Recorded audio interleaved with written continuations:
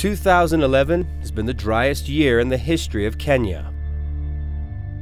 As a result, approximately 5 million Kenyans, and mainly 1 million in the northern part of the country, places like Turkana, Moyale, Marsabit, Isiolo, Mandera, Wajir, and Garissa, among others, are highly food insecure due to failed rains and famine.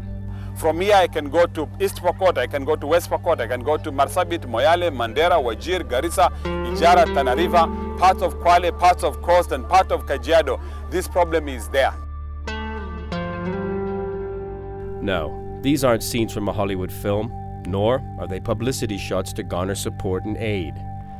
This is real life.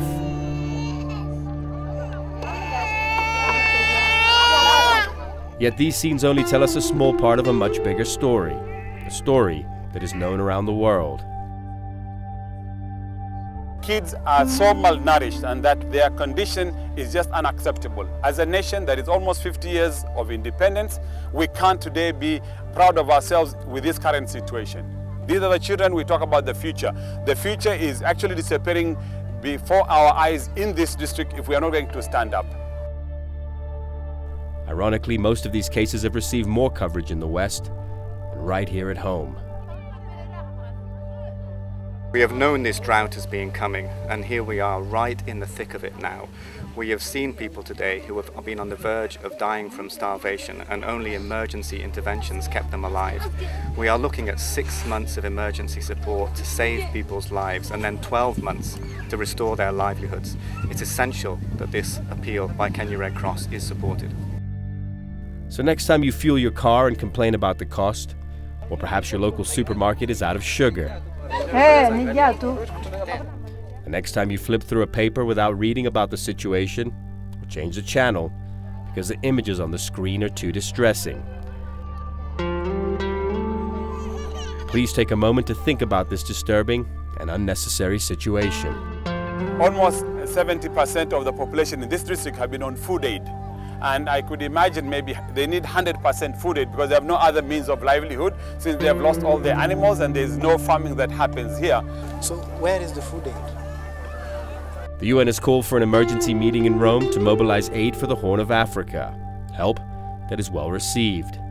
But we can't sit by and watch while the rest of the world stops to help. We're urging Canadians to be generous. The needs are great. As I said, we have raised to date over $1 million in Canada. The Canadian government has committed over $80 million to the affected areas, but I think again we need to draw attention on other areas that are not in the world media or not in the Canadian media, and this is one of them. In a matter of weeks, we can make a difference. With your commitment and dedication, this can be a solution made right here at home. And nothing will make you more proud than to put a smile on someone's face. The Kenya Red Cross Society is certainly doing their part. Our major focus is on curbing the issues of malnutrition at 33%. So what we are doing, we have focused nutritional interventions that we are targeting children under the age of 5. We are also targeting expectant and lactating women, and we are also targeting the aged. The Kenya Red Cross Society has collaborated with partners such as the Safaricom Foundation, KCB Foundation, Gina Din Corporate Communications, Royal Media Services, Standard Group, Media Max, CAS FM, KBC, Capital FM, Radio Africa, and the Nation Media Group to do their part.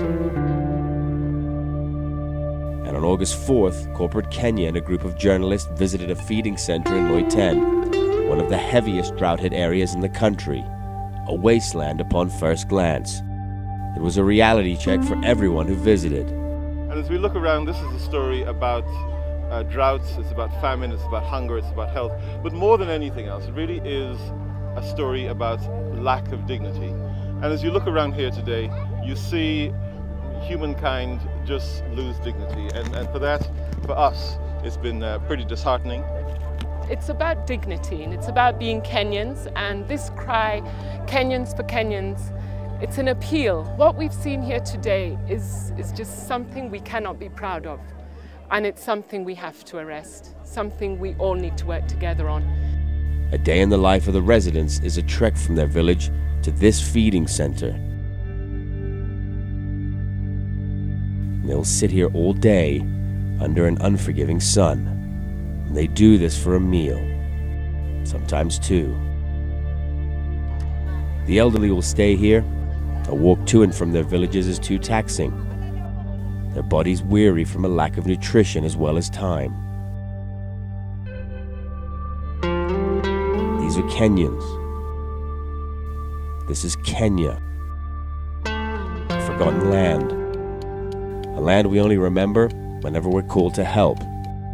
Your donations have gone a long way, but there is so much more to be done, because there is some hope on the horizon.